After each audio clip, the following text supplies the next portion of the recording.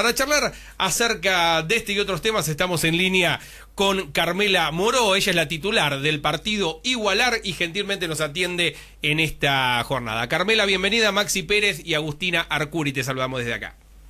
¿Qué tal? ¿Cómo están? Un gusto. Bien, preocupados realmente, ¿no? Porque es difícil de comprender todo el desmanejo que se viene registrando en el Poder Judicial en la República Argentina, ¿no? Desde el arribo de Rosenkrantz y Rosati al máximo tribunal.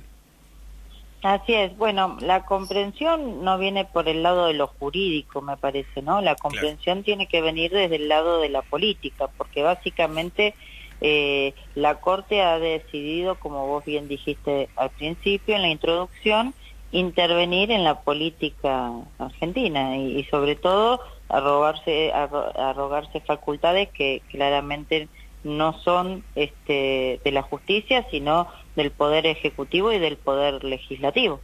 Y bueno, nosotros en estos días vemos hablar mucho, el otro día lo escuchaba a Larreta hablar todo el tiempo y repetir la palabra democracia 1, 2, 3, 4, 5 veces. Primero, insólito que hable de democracia cuando todavía no se paró al ministro de Seguridad que hablaba en los chats que se hicieron conocidos de mandar un patrullero para ablandar gente, digamos, ¿no? Pero esto atenta contra la República, la injerencia del Poder Judicial en los ámbitos políticos que no le competen atenta contra la República. Y obviamente la República también es parte del sistema democrático argentino, digamos, ¿no? La independencia de los poderes. Entonces me parece que esto tiene una clara explicación para todos nosotros. Lo que pasa es que hay que repetirlo una y otra vez y tallar sobre esto porque para un poco contarle a la gente lo que está pasando, ¿no? Porque bueno, quienes vivimos inmersos en los microclimas de la política a veces no nos damos cuenta que a la gente no le llega tanta información o no toda la información que nosotros tenemos que consumir hasta por una obligación laboral, digamos, ¿no? Pero lo cierto es que cambiemos de que asumió el gobierno, como lo hizo Menem en su momento, en los 90, que ustedes se acuerdan que estaba la famosa corte adicta, que es la misma corte que le termina perdonando a los Macri la condena por contrabando agravado, digamos, ¿no? Una corte adicta, quiero decir. Cuando vino el macrismo a la Argentina, bueno, y Cambiemos gobernó, de alguna manera quiso repetir ese modelo y empezó a meterse en la justicia federal y también en las decisiones, bueno, acordémonos que tanto Rosenkrantz como Rosati, Mauricio Macri los quiso nombrar por decreto y ellos aceptaron ingresar a la Corte Suprema por decreto, digamos, ¿no? Lo cual habla de lo poco que se ajustan al derecho, ¿no? Pero bueno, ya en ese entonces lo que hicieron es usar la connivencia entre el poder político, la justicia y los medios de comunicación que ellos manejan para gobernar o atentar contra decisiones democráticas, políticas y demás. Ese poder de fuego que tiene la connivencia entre estos medios de comunicación, Clarín, hoy La Nación también, Cambiemos y la justicia, bueno, es el contrapoder que ellos encontraron para beneficiar a los grupos poderosos de la economía. Ahí, Carmela, además... En las elecciones, lo que no ganan en el Parlamento, saben que lo pueden ganar por el lado de esta justicia, esta corte adicta, y también no solo ganan cosas, sino que le tapan los chanchullos, ¿no? Porque, digo, a mí me sorprende, y a la gente debería sorprenderle que los únicos condenados han sido funcionarios de un gobierno kirchnerista. Digo, yo estoy segura que hechos de corrupción hay en todos los gobiernos, de manera aislada, obviamente, ¿no? Porque uno no puede tener nunca el control sobre el total de los funcionarios y demás. Digo, lo que no no podés aceptar es que solamente en este país tengan alguna condena o algún tipo de condena funcionarios de un solo gobierno. Claro. Digamos, ¿no? Yo pienso, vos mencionabas a los medios de comunicación, digo, la estructura de los grandes medios, hace pocas horas hubo una suerte de sincericidio también, ¿no? De uno de los representantes, o concretamente Jonathan Viale, cuando admite como al pasar, no, pero la quita de coparticipación que hizo el gobierno nacional fue para perjudicar la campaña de Horacio Rodríguez Larreta. No, digo, admitiendo que lo que está en ¿A juego... dónde va la plata? Claro. Claro, que lo que está en juego es el financiamiento de la campaña, no de obras para los porteños, los habitantes de Cava. No, Bueno, digo, pero tiene lógica, porque el presupuesto que invierte Larreta en publicidad en la ciudad de Buenos Aires es escandaloso, digamos, ¿no? Además yo le sacaría el término de coparticipación, ¿no? Porque en realidad son fondos del Estado federal. El otro día lo discutíamos en un canal, son fondos del Estado nacional.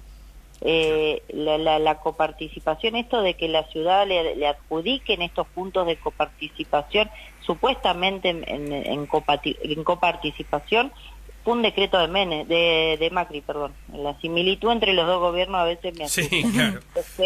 Sí, porque también, bueno, uno pasó el tiempo, pero digo, también había un corte mafioso en el gobierno menemista, ¿no? Porque obviamente todos estos poderes, ¿no?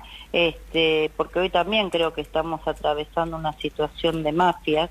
Digo, le gatillaron a Cristina 2 veces en la cabeza, la vicepresidenta de la Nación, tratan de tapar la investigación del hilo conductor de los autores ideológicos de ese intento de asesinato, digo, lo del agua escondido, fiscales, funcionarios políticos, medios y jueces conviviendo para pergeniar estrategias en conjunto, y además escuchamos los audios donde también estaban viendo de qué manera cometer delitos para tapar lo que habían hecho, ¿no? Inventando facturas truchas y demás, y esos funcionarios siguen en funciones, digamos, ¿no? Entonces realmente estamos atravesando una situación muy complicada para la República. Vos hablabas de la diferencia entre unos funcionarios y otros.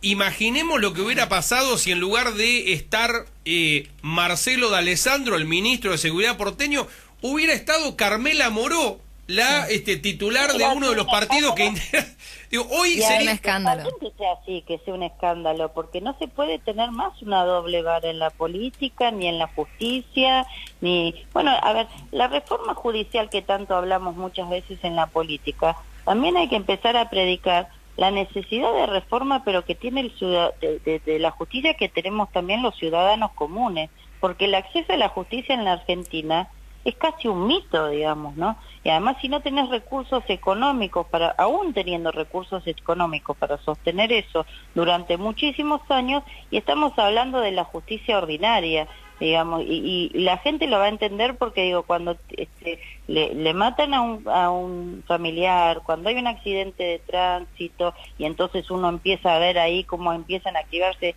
todos los resortes de pequeñas mafias entre la justicia, los seguros, la policía, o cuando se comete un femicidio y el asesino es un hombre que por ahí fue denunciado 2, 3, 4, 5 veces, o el caso de Carrascosa, que estuvo preso 20 años, y resulta que no había sido... Digo, todo eso son indicios de que la justicia en la Argentina no funciona bien, y que es necesaria una reforma para transparentar este poder que también es del Estado, que también lo financian los impuestos de la gente, que además tienen privilegios por no pagar los impuestos a las ganancias, pero además tienen otro tipo de privilegios, y un gran privilegio para ellos y para mantenerse en la impunidad, que es que no le rinden cuentas a nadie, porque no se tienen que someter a la voluntad popular, porque nadie los conoce, nadie sabe quiénes son y qué fallos elaboran.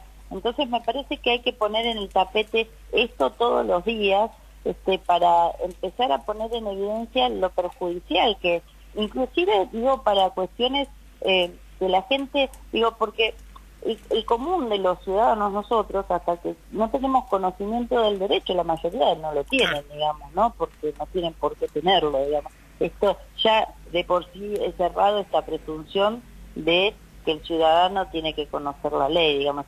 Eso es imposible, digamos, es una ridiculez, ¿no? Pero lo que digo yo es, hay que hacer mucha docencia y explicar lo que está pasando, pero en código popular, ¿sí? Esta Corte Suprema, por ejemplo, dio marcha atrás con el decreto que hizo el presidente de la Nación para declarar esencial, servicio público esencial, en su momento telefonía, internet, celular, telefonía fija, internet, cable. ¿Por qué hizo eso la Corte Suprema? Bueno, porque también ahí estaba defendiendo los poderes económicos, porque no quería que el Estado regule el precio del acceso de la gente a la conectividad, porque obviamente en la pandemia se evidenció, esto era una demanda vieja, pero en la pandemia se evidenció que la internet y que los celulares y que todas esas cosas uno también las utiliza para trabajar, para estudiar, para mantenerse informado, pero ¿qué pasa? ¿Por qué la Corte empezó a fallar en este tipo de cosas? Bueno, por lo que te decía, armaron una justicia para poder tomar decisiones político-económicas cuando ellos no gobernaban también. Entonces, más allá de que ellos no gobiernan porque el pueblo les dio la espalda después de los 4 años nefastos del macrismo, no quieren legislar ahora que el oficialismo no tiene mayoría propia, no bajan a dar quórum para aprobar 8 universidades, para aprobar la moratoria previsional para que 800.000 jubilados se puedan jubilar, personas que están en edad de jubilarse se puedan jubilar, pero que no tienen la totalidad de los aportes, bueno, como fue la moratoria de Cristina. Bueno, como no tienen ese poder político, ellos lo que hacen es, utilizan esta justicia dicta, con operetas que hacen con estos medios de comunicación amigos, y terminan tomando decisiones igual o importantísimas para la Argentina, pese a que no tienen respaldo por la vía democrática, digamos, ¿no? Vimos como jueces, por ejemplo, autorizaron una cantidad de importaciones de bienes de lujo, ¿y eso qué significa para los argentinos? Que los dólares se nos van en esas importaciones, que mientras el gobierno trata de equilibrar la balanza comercial, que mientras los ciudadanos comunes tenemos cepo para no poder adquirir una cantidad de dólares que efectivamente afecte esa balanza, mientras tanto los vivillos, que los poderosos van y tocan a sus jueces amigos, estos jueces corrompidos, y les habilitaban importaciones vía decisiones judiciales. Y además muchos lo hicieron para fugar dólares, ni siquiera, o para, mejor dicho, para blanquear movimientos de dólares, pero ni siquiera porque había atrás una importación real de insumos, y mucho menos necesarios para la producción, que es en general en lo que un país tiene que reservar los dólares, ¿no? Para la maquinaria, para insumos que no se producen a nivel nacional, pero que son necesarios para una producción final y un montón de cosas, digamos. Bueno, los jueces operan de esta manera. ¿Por qué? Porque, bueno, efectivamente todos estos actores están manejados los hilos por los sectores poderosos de la economía mundial e internacional. Y en eso fue muy claro el gobierno de Macri, ¿no? Gobernó para esos sectores, la plata con la que endeudó a los argentinos también fue para la fuga de capitales y para que se enriquezcan estos sectores, y hoy que no gobierna lo hacen a través de los fallos judiciales de sus amigos, digamos, ¿no? Carmela, gracias por estos minutos. No, por favor, a ustedes, gracias. Un fuerte abrazo. Carmela Moró, titular del partido Igualar, uno de los partidos que integra el Frente de Todos.